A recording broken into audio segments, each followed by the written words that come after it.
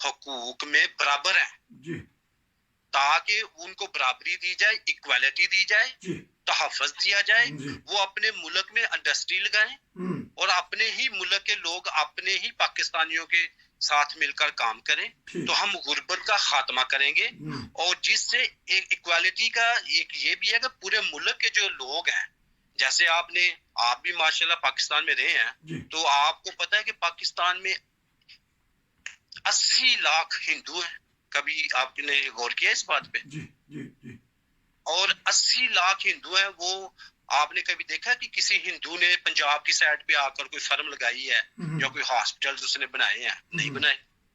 لوگ پاکستان کی جو علاقے ہیں وہ وہاں ہی سب یہ جو تفریق ہے, یہ جو میں تھوڑی سی بات اوپن کروں گا تاکہ آپ کو بات کی سمجھ آئے کہ یہ ایک عجیب المیہ ہمارے ساتھ, ہم پاکستانیوں کے ساتھ. آپ ملی نغموں میں زندہ قوم ہے, پائندہ قوم ہے, لیکن پارلیمنٹ میں آپ نے قومی پلیٹ فارم ختم کیا ہوا ہے. اچھا ٹھیک. ہاں جی, آپ دیکھیں کہ آپ لکھا ہوا ہے آئین میں مملکت خدا آزاد پاکستان کا صدر اور وزیر اعظم مسلمان ہوگا. جی تو کیا پاکستان سارے میں مسلمان ہے؟ 3 کروڑ پاکستانی ہیں, وہ تو مسلمان ہی نہیں ہے. جی تو آپ قوم میں مذہب لے آئے, آپ نے پاکستانی قوم کو تقسیم کر دیا مذہب کی بنا پہ. پھر آپ نے دوسرا جو آئین میں لکھا ہوا ہے کہ کلیدی عہدوں پر مسلمان نامزد ہو گئے. تو جو یہ 3 کروڑ پاکستانی ہیں وہ تو اپنے میرٹ پہ بھی آ کے نوکری نہیں حاصل کریں گے. تو آپ نے پھر میرٹ کو پیچھے کر کے جہلیت کو آگے لے آئے آپ کہ ایک پاکستانی اگر قابل ہے وہ اپنی محنت سے اپنے وطن کی خدمت کر سکتا ہے, لیکن وہ نہیں کر سکتا کیونکہ قوم تقسیم ہے, قوم میں مذہب ہے. اور تیسرا یہ ہے کہ آپ نے اپنے جو شہری ہیں پاکستان کے جو مختلف مذاہب میں ہیں ان کو بھی حقوق میں تقسیم کیا ہوا ہے. آپ چند ایک جو مسلک کے لوگ ہیں ان کو آپ بلٹ پروف سیکورٹی دیتے ہیں ان کے مذہبی تہوار کے اوپر, اور کچھ کو آپ نے بالکل بین کیا ہوا ہے. تو ایکوالٹی بھی آپ نے ختم کی ہوئی ہے. اب آپ مجھے بتائیں کہ آپ کے پاس نہ اتفاق ہے, قومی پلیٹ فارم ہے, نہ آپ کے پاس میرٹ ہے, نہ آپ کے پاس ایکوالٹی ہے, تو آپ کیسے دنیا میں اپنے پاکستان کا نام روشن کریں گے؟ کیا پاکستان کو کیسے ترقی دیں گے آپ لوگ؟ کیسے غربت کا خاتمہ کریں گے آپ لوگ؟ میں ایک سوال کر لوں بیچ میں تاکہ پھر اس میں یہ بھی بات کیجیے گا. ابھی آپ نے کہا کہ پاکستانی لوگ میں ایک بڑی کوالٹی ہے, جب وہ بیرون ملک آتے ہیں تو بڑا اچھا کام کرتے ہیں, وطن کا بھی نام روشن کرتے ہیں. اور دیکھیں کہ انگلینڈ میں جو ہمارے لندن کے میئر ہیں وہ ایک مسلمان ہے, اور اس طرح دیگر ممالک میں بھی, جرمنی میں بھی پاکستانی اچھے اچھے عہدوں پہ ہیں, ججز بھی ہیں, وکیل بھی ہیں, بہترین ڈاکٹر بھی ہیں, انگلینڈ میں بھی, امریکہ میں بھی, کینیڈا میں بھی. تو یہاں تو تفریق نہیں ہے. یہاں اگر جرمن ہے تو جرمن ہے, اس کا پاسپورٹ پہ جرمن لکھا جائے گا, مذہب کا خانہ نہیں ہے. کوئی امریکن ہے تو وہ امریکن ہے, چاہے وہ پاکستان سے آیا, اگر اس کے پاس نیشنلٹی ہے تو پھر وہ امریکن کہلائے گا.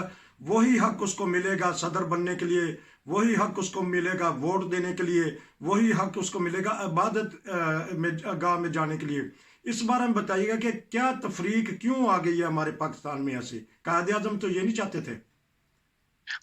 تفریق قائد اعظم رحم اللہ تعالیٰ نے تو نہیں لے کے آئے. ان کی آپ پہلی کابینہ چیک کر لیں, دیکھ لیں, ان کے وزیر خارجہ, ان کے جو جتنے بھی وہ ان کے جو تھے کابینہ میں وزراء تھے, جو بھی تھے, وہ پورے پاکستان سے میرٹ کے اوپر آئے تھے, اور یہ ایک ہمارے لیے ثبوت ہے.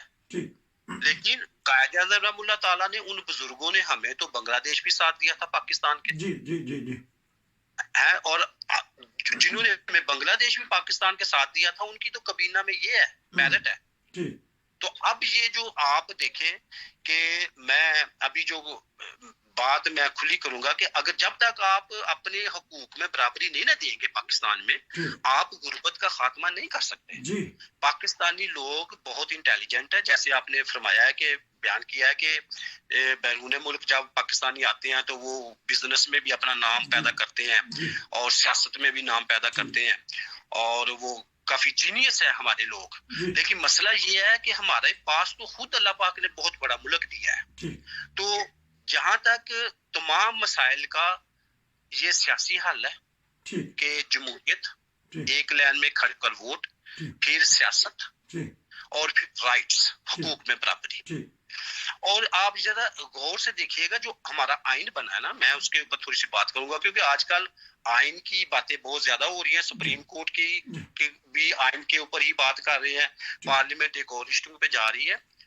تو ہمارے آئین میں ہمیں تقسیم کر دیا گیا ہوا ہے اور اس وجہ سے یہ سارے مسائل پیدا ہوئے ہیں. اچھا، اگر آپ آئین پاکستانیوں کے لیے بناتے ہیں کہ پاکستان کے لوگ ہیں، ان کا تحفظ ہے، ہاں سب ایک قوم ہے، اور آپ دیکھیں کہ 80 لاکھ ہندو ہیں پاکستان میں، ان کی ایک سیٹ ہے پارلیمنٹ میں، ایک یا دو سیٹیں ہیں. اب 80 لاکھ پاکستانیوں کا ایک یا دو نمائندے ہیں، یہ ظلم نہیں تو اور کیا ہے؟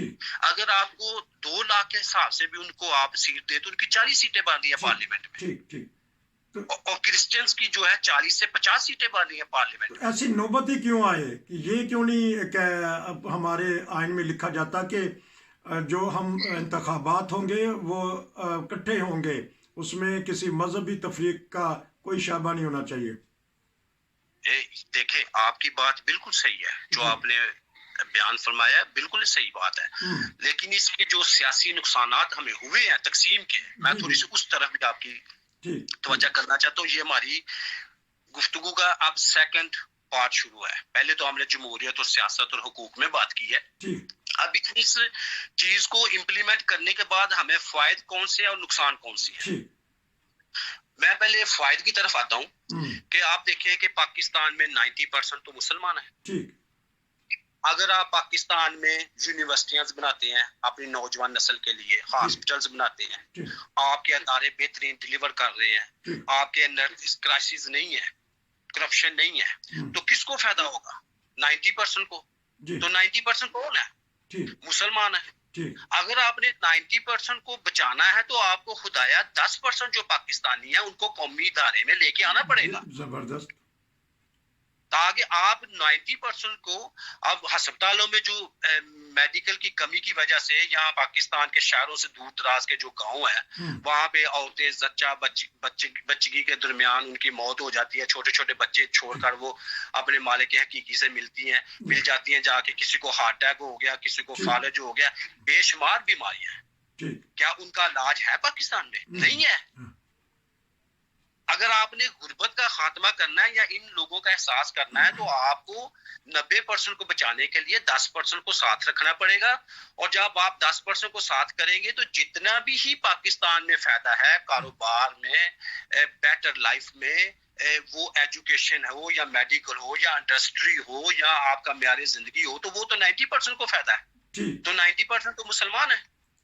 اگر آپ نے مسلمانوں کی خدمت بھی کرنی ہے یا کوئی مسلمانوں کا خیر خواہ ہے یا پاکستانیوں کا کوئی ہمدرد ہے تو اس کو قومی پلیٹ فارم کی حمایت کرنی پڑے گی. بغیر قومی پلیٹ فارم کے آپ 90% کو نہیں بچا سکتے. اچھا، اس طرح ہے کہ کیونکہ پروگرام انشاءاللہ میں آپ سے لیتا رہوں گا، وقت اب ختم ہوتا ہے. 1 منٹ میں کچھ ایسا پیغام دینا چاہتے ہیں جو رفاع عامہ کے کام آئے، یہاں جو بیرون ملک اور خاص طور پہ جرمنی میں پاکستانی ہیں ان کے لیے کوئی پیغام دینا چاہیں؟ آپ کی تنظیم کا ممبر کس طرح بنا جا سکتا ہے؟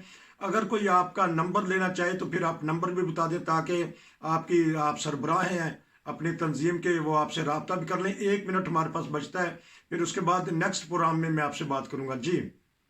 جی ہمارا ٹیلی فون نمبر یہ ہے جو میرا خاص نمبر ہے 017622852695. تو جو ہمارا منشور ہے یہی پاکستان کے تمام مسائل کا حل ہے.